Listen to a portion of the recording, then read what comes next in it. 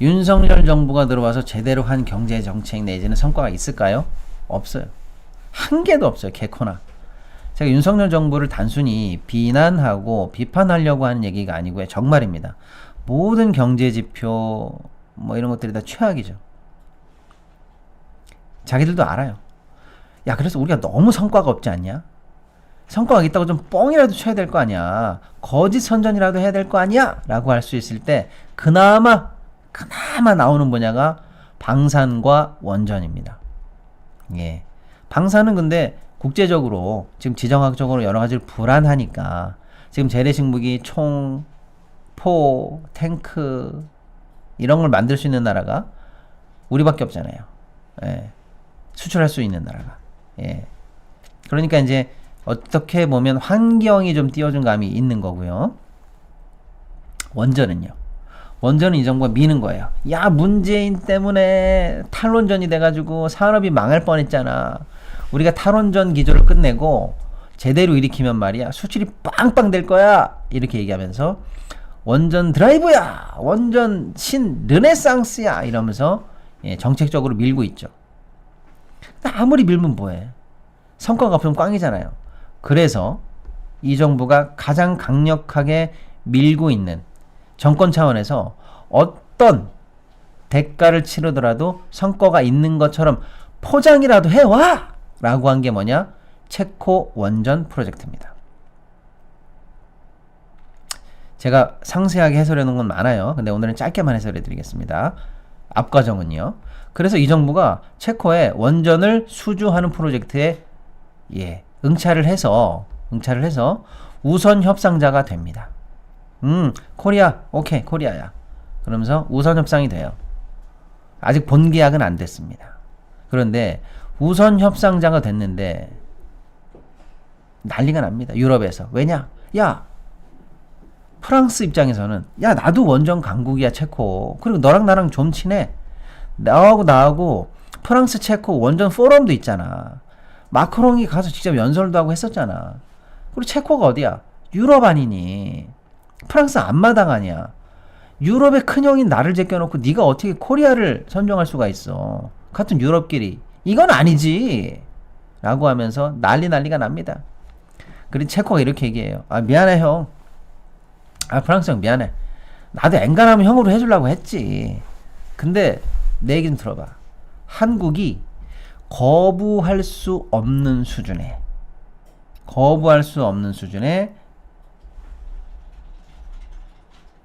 제가 이거 정확하게 인용해 드릴게요. 체코에서 이렇게 얘기했어요. 프랑스 형 잘 들어봐. 자, 한국이 말이야 덤핑에 가까운 가격으로 거부할 수 없는 제안을 했어. 이러면서 한국으로 결정된 배경을 알려줍니다. 즉 후려쳤다는 얘기예요. 예. 왜냐? 성과가 안 나오니까. 이 정부가 원전입니다 라고 했는데 성과가 안 나오니까 보십시오. 저희가 체코에서 수주했습니다. 이렇게 물건 따올라니까 어떻게 됩니까? 후려친 거예요, 가격을. 예. 그러니까 체코가 이렇게 얘기합니다. 봐봐, 형. 형, 쟤네만큼 싸게 마진 다 포기하고 지어줄 수 있어. 이렇게 얘기하는 거죠. 얼마에 지어준다는데 여기서부터는 추정입니다. 추정이에요. 추정인데 보통 프랑스라든지 이런 쪽에서 지을 수 있을 때 들어가는 원전 단가가 이렇게 킬로와트당 이렇게 단가 내는 단위가 있어요. 7,931달러로 추정합니다. 중국이 4,000달러고 미국이 한 5,800달러, 러시아가 한 6,000달러 정도? 요 정도로 추정이 돼요. 추정이. 세계 원전협회에서 추정하는 겁니다. 그런데 추정입니다만은 우리가 3,000대에 입찰하지 않았나라는 추정이 나오는 거예요. 그럼 뭐예요? 프랑스 입장에서는 내 반값이라고? 그러니까 체코가 이렇게 얘기하죠. 형이 낸 거 반값. 쟤는 반값에 져준대. 그러니까 프랑스가 뒤로 자빠질 얘기죠. 이 가격에 도저히 지을 수 없는데 라고 했더니 몰라, 한국이 그러니까 저 정도로 져준다는데 뭐 어떻게 내가 거부할 수가 있어? 라고 얘기를 한 겁니다. 자, 이 얘기는 제가 한 게 아니에요. 체코 언론에 나온 체코 국영발 인터뷰에서 나온 얘기입니다. 체코가 유럽 언론을 상대로 프랑스를 떨어뜨린 이유를 설명하다가 나온 얘기예요. 그러니까 막 난리가 났죠. 뭐야! 윤석열이 체코에서 원전 따왔다고 그러더니 손해보고 파는 거야? 덤핑이야? 뭐야 이거? 라고 반발이 나오니까 아닌데 이러고 오이발을 내밀었는데 제가 간단히만 분석해드린 겁니다. 자, 첫째,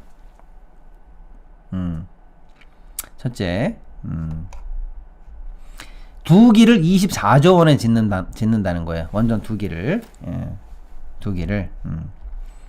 그런데 유럽에서 지을 때 가격을 제가 여러분께 그냥 판단은 여러분이 해보세요. 말씀드리겠습니다. 두 개를 지금 24조에 짓겠다고 현재 우선 협상이 되어 있어요. 두 기를.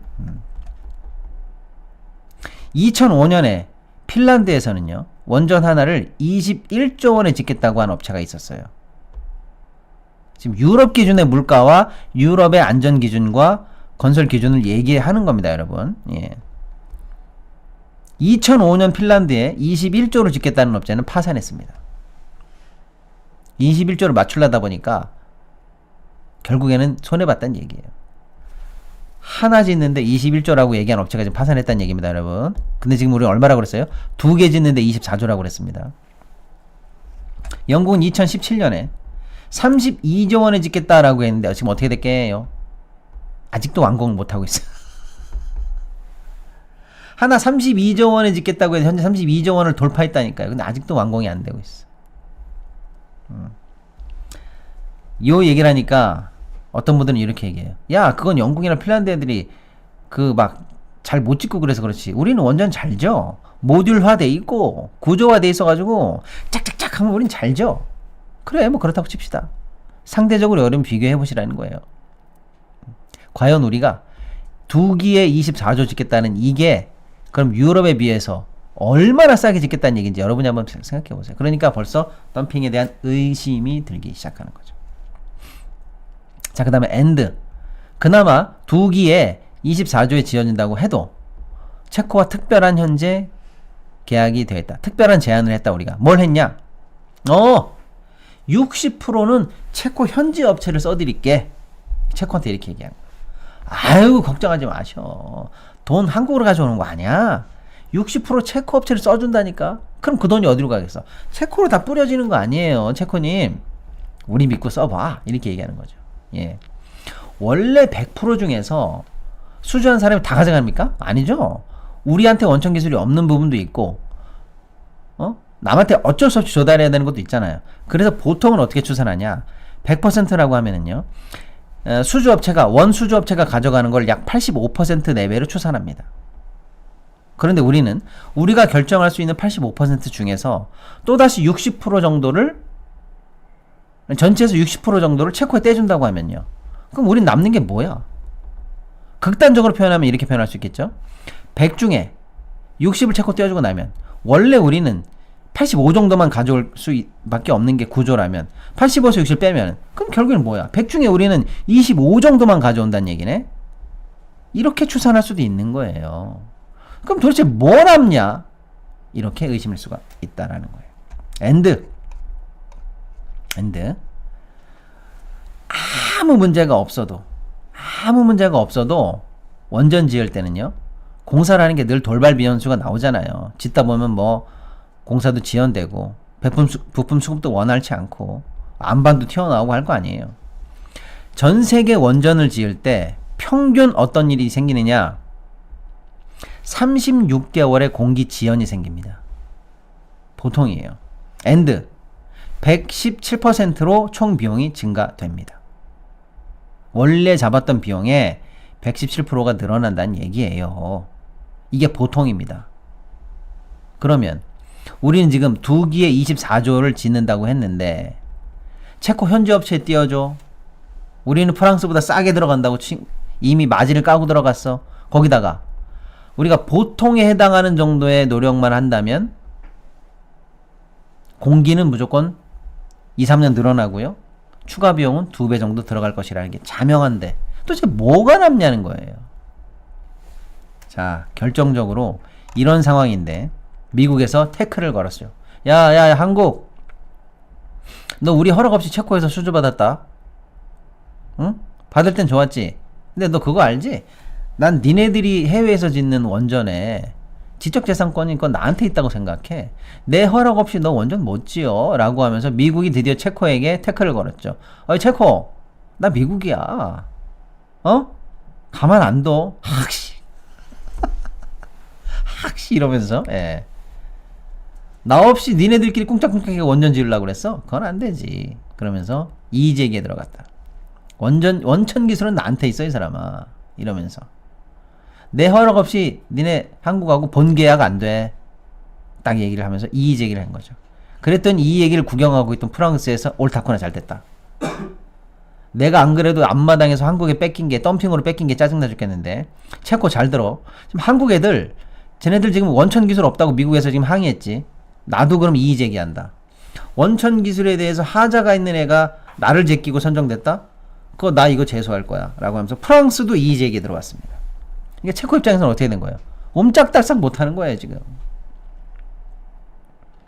그러니까 미국의 동의를 받지 않으면 이게 계약이 안 될 판으로 가니까 다시 이제 우리가 미국과 울며 겨자 먹기 협상에 들어갔습니다. 그래서 지금 어떤 식으로든 타결했다라는 게 흘러나왔죠. 그래서 타결됐으니 체코한테 제발 가서 이의서 넣었던 거 그거 좀 철회 좀 해줘요 라고 해서 잘하면 철회될 판입니다. 그럼 체코가 이제 미국 형님이 안 말리는 거지?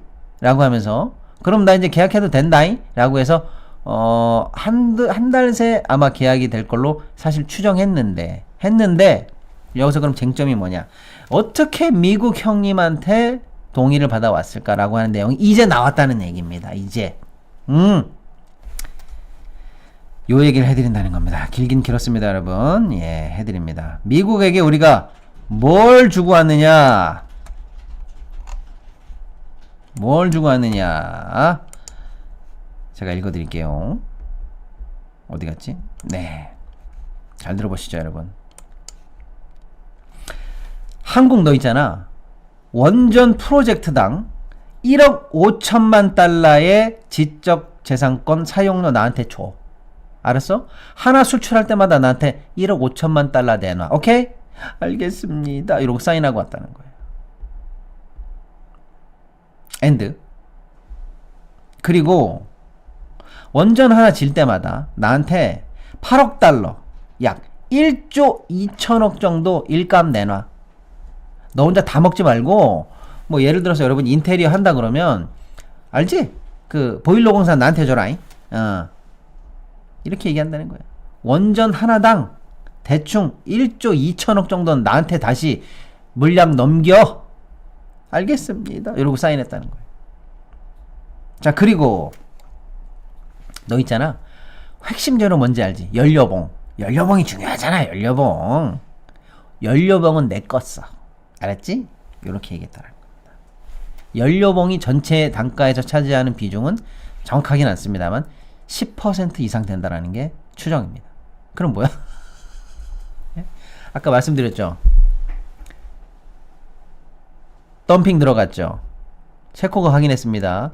거부할 수 없는 수준으로 덤핑으로 들어왔다라고 얘기했고, 아무 일이 없어도 우리는 이미 체코 현지 업체에게 60% 떼어주기로 했고, 돌발 비용이 전혀 고려되지 않았고, 이런 상황에서 미국에게 저작권료, 지적재산권료로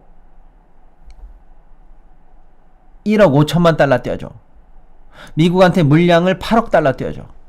연료봉 미국 거 써. 뭐 남냐? 야, 뭐 남어? 갑자기 이런 생각 들지 않으세요? 그럼 왜 수출해야 되는 거요? 제 말씀이 그 말씀이에요.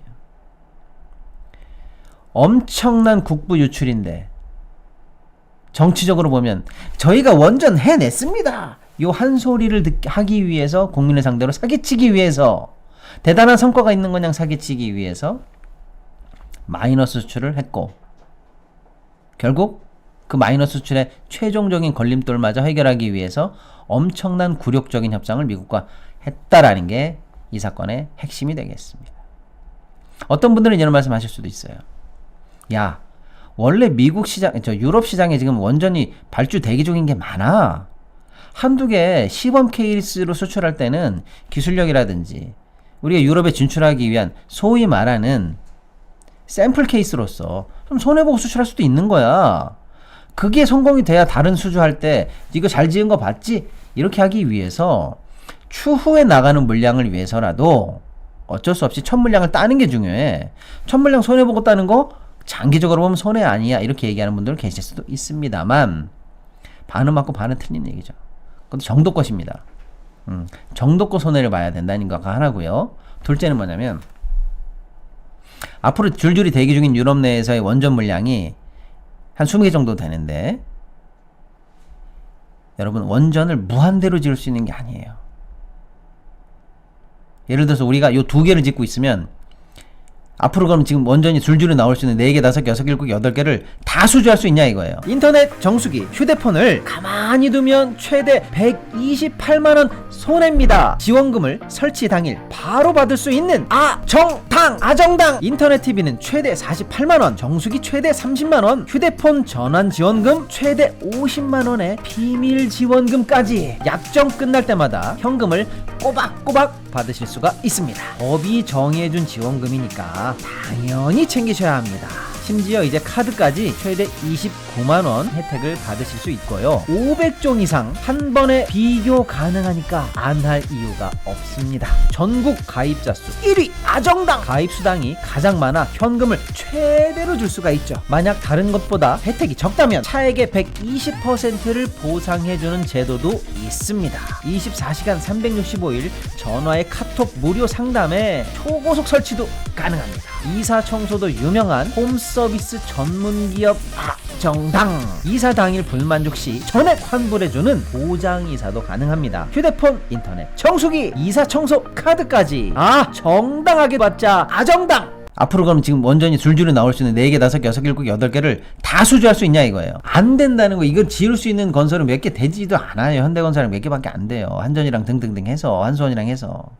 즉 여기서 샘플 케이스로 돌리고 이거 한번 맛보세요. 서비스입니다. 찍찍찍 화장품 발라보세요. 샘플입니다. 마음에 드시죠? 그럼 많이 주문해주세요. 라고 하면 뒤에 있는 거 그럼 저 몇 박스 더 살게요. 라고 하면 예 여기 있습니다. 하고 떠리를 팔 수 있는 그런 상품이 아니라는 거예요. 원전은 제작에 캐파가 있어요.